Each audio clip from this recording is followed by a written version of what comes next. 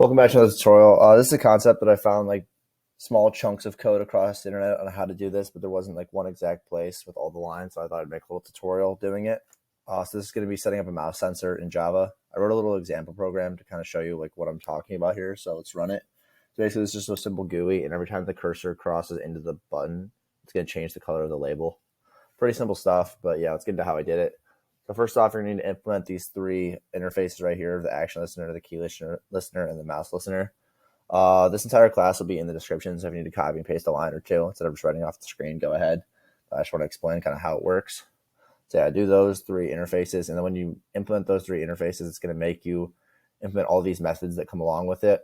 They're very useful for different stuff, but kind of just leave them blank because you will get an error if they're not here for some of them. So yeah, just kind of take the methods that it tells you to. It's not going to hurt by having them. If you end up making your program a little bit more advanced, you can use them. But this is the ones that we're going to be working with today, is the mouse entered and the mouse exited. So basically, you're going to do the source is the example button. So this is the button right here. So every single time the mouse enters this example button, I'm setting the foreground of the changing label right here, the detected thing, to green. And every time it exits, it's going to set it to red.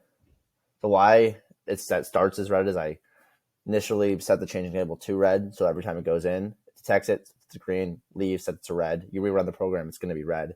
So it's kind of just giving the illusion that it's detecting it, but it's really just setting it and not setting it back to red once you leave. Nothing super special going on.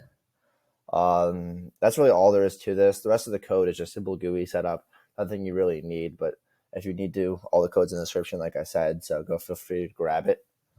Yeah, that's all I need. If you want me to do more listener stuff in Java, it's pretty cool, and a lot of neat stuff you can do with it with keystrokes and stuff. So yeah, let me know, but that's all there really is to this one. Have a good day.